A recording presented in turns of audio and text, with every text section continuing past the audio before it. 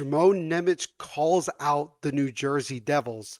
Plus, we'll take a look at some of the awesome promotional items the Devils will be having for this upcoming season. All that and more on this edition of the Devil's State of Mind podcast.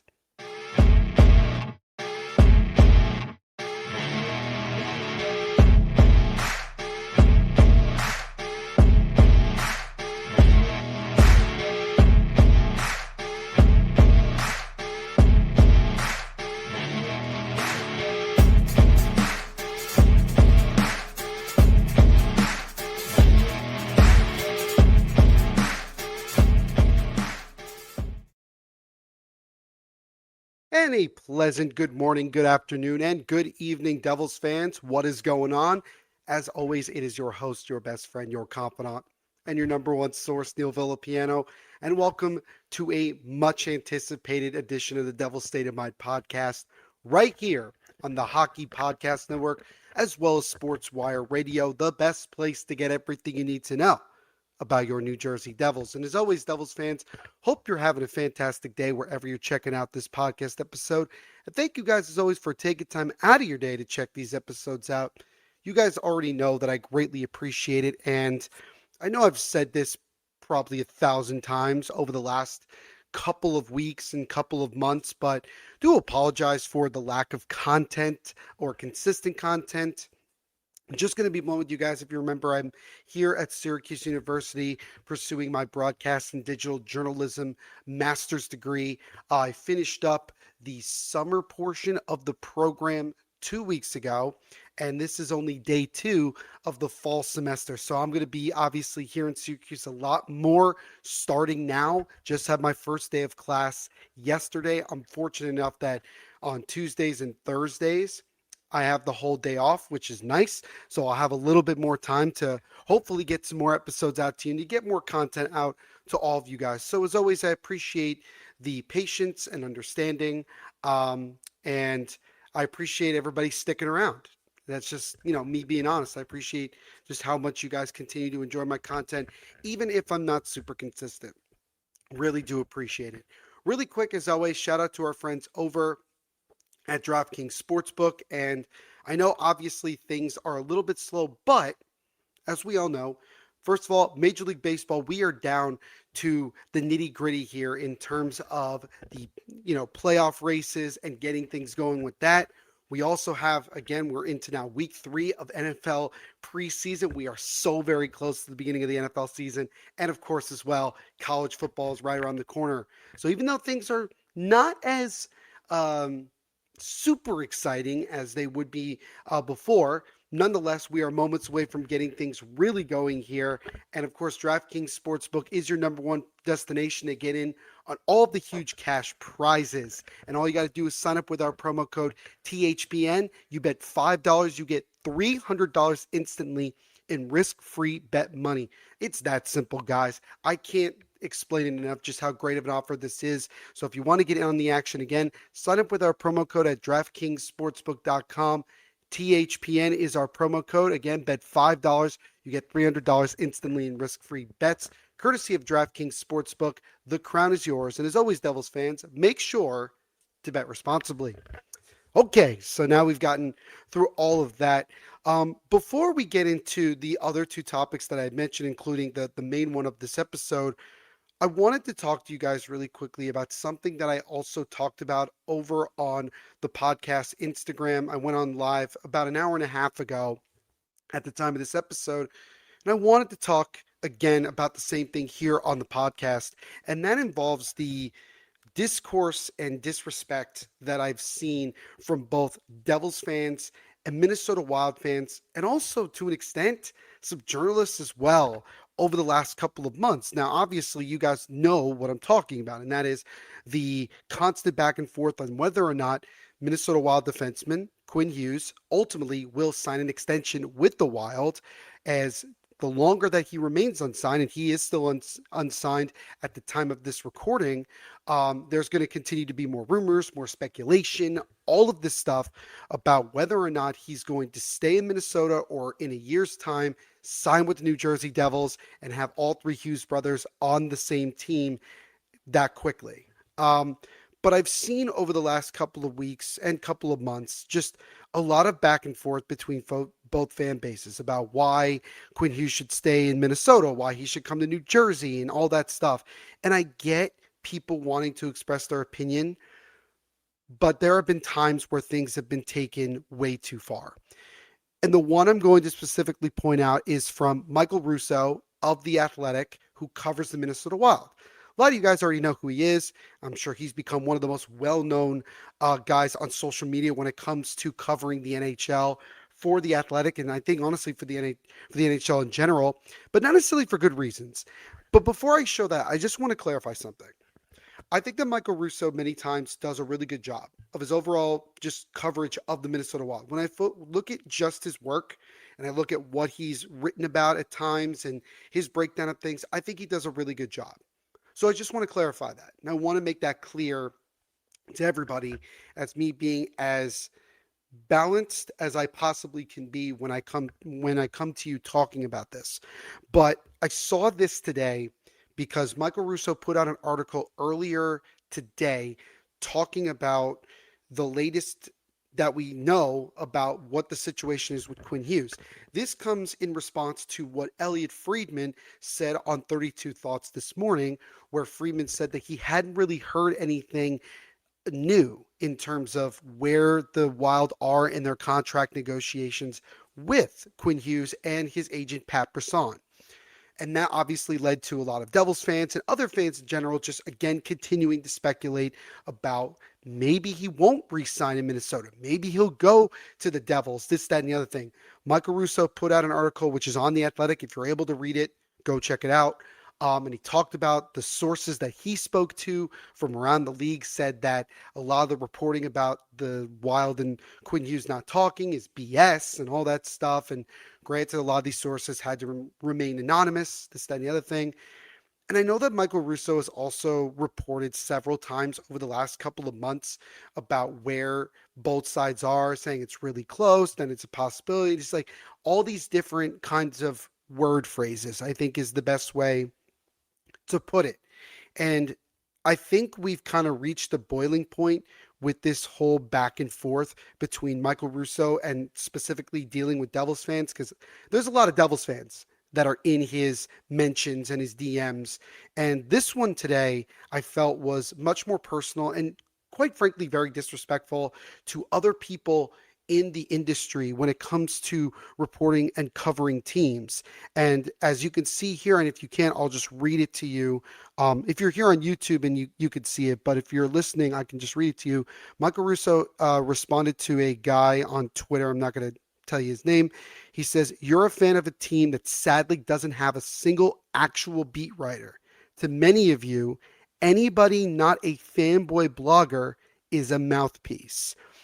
That was a you've gone too far kind of thing. Like again, I get that Russo has in the past responded to a lot of different people and everything, but to be a journalist at an organization like The Athletic that, other than obviously what happened with Diana Rossini covering the NFL and all of that, tries to portray itself as a very balanced, very fair, and very professional kind of organization. And don't get me wrong, there are a lot of people that work there that do exactly that. But the fact that Russo many times has been allowed to do these things without sort of any sort of, you know, I guess being reprimanded for his actions, um, is is not good. Is not good. But I will say this: everybody is at fault for the disrespect and the discourse that has happened.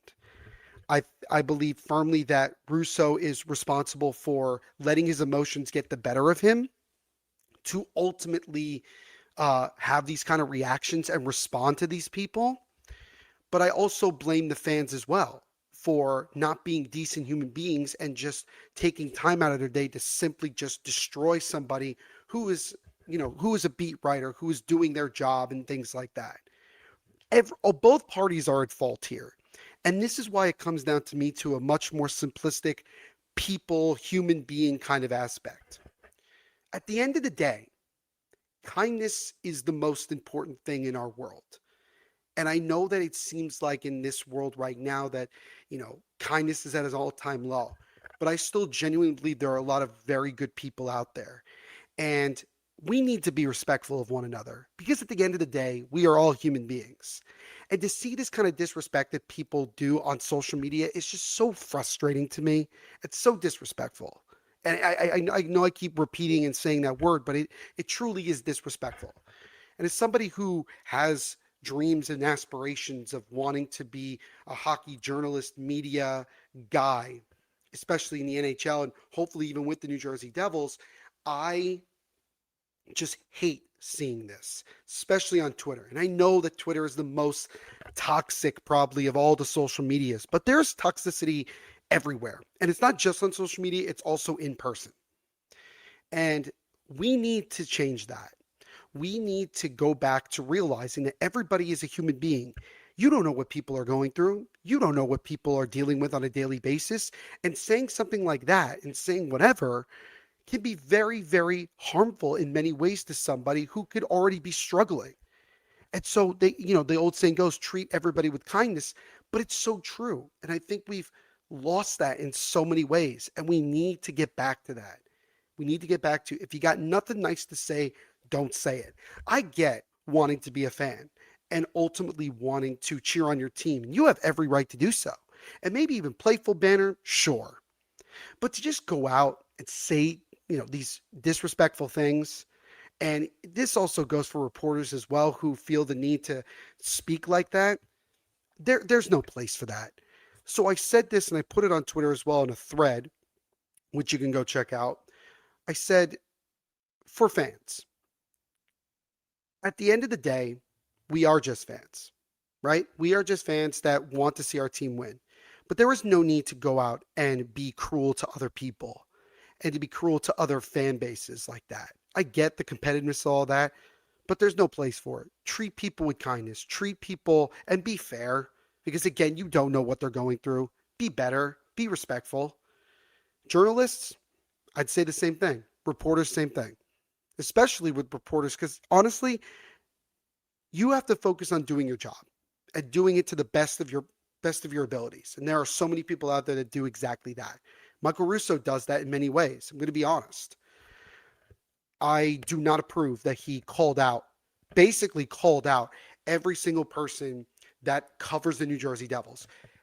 Back in 2020, when I started the Devil State of Mind podcast, there was very little to no coverage of this team. The best coverage that we had was the other podcasts that we had out there. And I'm very proud of what I've built, and I'm proud of what others have built to get the Devils coverage to where it is today. But think about the people that cover this team right now. James Nichols, Daniel Amoya, Christy Flannery. Before he moved to the Eagles, you had Ryan Novozinski. Now you got Ace from Running with the Devils, who now covers the Devils for NJ.com. You got Ben Brunelli, who covers the Utica Comets. You have all of this coverage now. You have all of this coverage, and you have several podcasts out there. But focusing on just the beat writers, they do not deserve that disrespect. In no way, shape, or form. They did not deserve that. That's ridiculous. They do as good of a job as anybody out there of covering this team from all different aspects. And I applaud James Nichols for saying earlier in a response to that comment that he works his butt off to give fans the best coverage that they can. And we should be very thankful of that. I'm very thankful of that. I'm very thankful. And I used to work with James. He used to be actually part of this podcast network for a little bit. He's a good dude and a really good reporter. Same thing can be said for everybody else. That also includes people like Alex Chauvency as well. My guy JP, who we've had on the podcast. You got Jess Amato, Donna. You got so many people over at the Hockey Writers that do a really good job.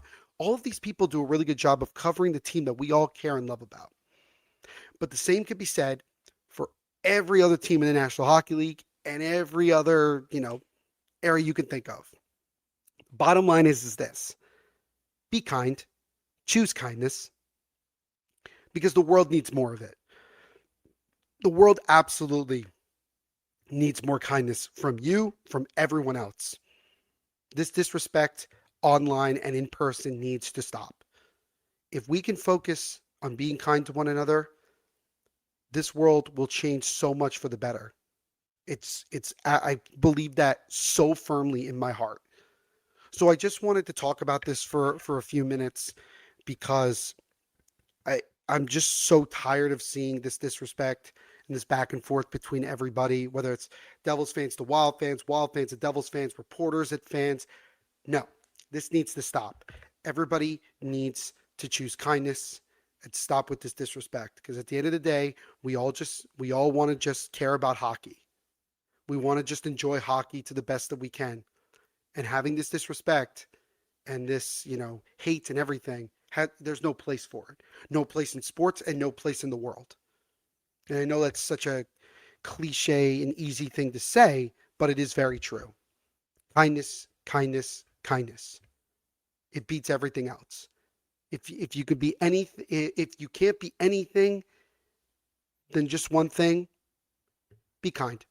So that's what I wanted to say. And I just, whether you agree with me, not agree with me, you know, again, this is just my opinion, and that's what I wanted to talk about. So, okay. So the next thing I want to talk about is kind of the main thing, that is part of this episode, and it involves former Devils defenseman, now current Calgary Flame, Shimon Nemec. Now, Nemec was at the European Players Tour for the NHL, and he spoke to several people. And from the title of this article, you can see Nemec seeks revenge after trade to Flames. And there's a quote there. I want to read to you a couple of the quotes that Shimon Nemec said about his time with the New Jersey Devils.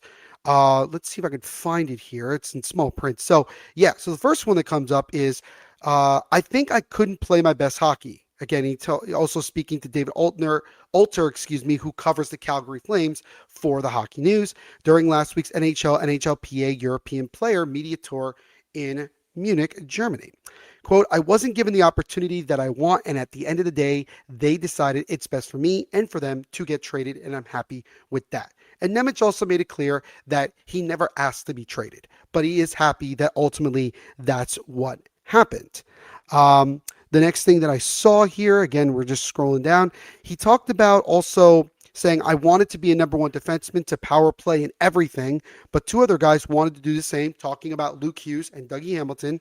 So it's tough to manage that. And then lastly here, there was there's a couple actually more quotes. He said, I wanted to get it done, talking about, coming from the Devils and ultimately being traded and then signed with the Calgary Flames. It's a new place. It's a new opportunity. Nation's incredible. But the last thing here that really kind of stands out is when he said, I just want to prove to everyone that New Jersey wasn't right. So here is my thoughts on the whole thing. First and foremost, I appreciate that Nemec has always been fairly honest. Not fairly. He's always been honest about where he stands and ultimately what he wants. Where we got to a bad point with Shimon Nemec was the constant calling up and sending down that he was dealing with in the early goings with former Devils general manager Tom Fitzgerald. And I think that the way that they went about developing Nemec wasn't the right way. I think they were forced to play him a lot, but then they also didn't treat him the way that he probably should have been treated. Now, there were many times where I felt that Nemec was better than Luke Hughes. There have been a bunch of times where that's happened. There have been times where Nemec looked better than Dougie Hamilton. And I can understand where Nemec would want that opportunity to be a number one defenseman on a team. And he will certainly get that opportunity playing with the Calgary Flames. But the thing that upsets me and I don't like is when he basically talked about he wasn't given that much ice time and opportunities to really, really flourish. Here's the thing that I want to just show you, just from a stat perspective. Roll with me here. So this is from, let me see. Yep. So here, this is from, just checking out StatMuse. So last year, Nemec played in 68 games, scored 11 goals, 15 assists for 26 points. Had career highs in goals and points, was a lot better power play wise. Again, definitely better when he played. He also played 19 minutes, nearly 20 minutes, excuse me, of ice time, which is a pretty good amount, if you ask me. So the question is, what was he exactly saying about ice time? My only guess is that he wanted to be treated like a number one defenseman. And for Tom Fitzgerald, I just don't think he ever really saw it in that situation. And I think also the Luke Hughes factor with him being Jack's younger brother and the reputation that the Hughes brothers have, I think there was some discourse there. As far as Dougie Hamilton is concerned, I mean, Tom Fitzgerald tried to move him. He tried to move him. Ultimately, it didn't happen. And then Sonny Mehta really likes Dougie Hamilton and wants to keep him around. And now he's going to be back for at least next year. We'll see how things go. I think it's good that Nemec ultimately got traded for his career because I think moving forward, I don't think that there was going to continue to be many opportunities for him to be that number one guy. But now he goes to Calgary and gets the opportunity to be a number one guy. You give Sonny Mehta a lot of credit that he was able to get a pretty substantial amount of value for Nemec, given the situation and given at times maybe the lack of like blowaway stats. Um, so I think ultimately it worked out for both sides. Nemec, of course, is going to use this as motivation to prove to the Devils that they were wrong for giving up on him. I don't think there's any ill will between Nemec and Sonny Mehta because there wasn't that much of a relationship because Mehta only took the job a couple months earlier and then made this move. And I think that Mehta was trying to be fair. I think he was trying to be fair, and I think he realized, probably speaking with Nemec and his representatives, that it was probably better for both sides to move on, which is totally fine, which is absolutely totally fine. So again, I said it before when the trade ultimately happened that I wish Nemec nothing but the best. It'll be really interesting to see what ultimately happens with that. I don't fully agree with all the calling out that Nemec said, but I get as well where he's coming from. So that's just where it is. But let me know what you guys think. Do you agree with a lot of what Nemec is saying? Do you not agree? What are your thoughts? Let me know in the comments here on YouTube. Also, just on social media as well. Just hit me up. My DMs are always open if you want to just have a little exchange, whether it's on Twitter, Instagram, even Facebook as well. If you want to talk, BlueSky, just let me know. Would definitely love to interact with you guys much, much more. And last but certainly not least, we'll end this episode on a fun note as we finally got word of the Devils' promotional schedule, something that, other than the obvious regular schedule release, fans are always looking forward to. And the Devils certainly come up with some creative giveaway nights. So let's kind of go through a bunch of them. So, as you can see, home opener against the Flyers on October 1st. It's a light up LED stick giveaway. Kind of curious to see ultimately what that's all about. You have K-pop night, military appreciation night with a military hat giveaway. But then you have this Thanksgiving week kickoff, which is on November 23rd against the Columbus Blue Jackets. And you'll see to the right, it says Devils Butter Bench giveaway. And now I'm going to show you in case you haven't seen it yet.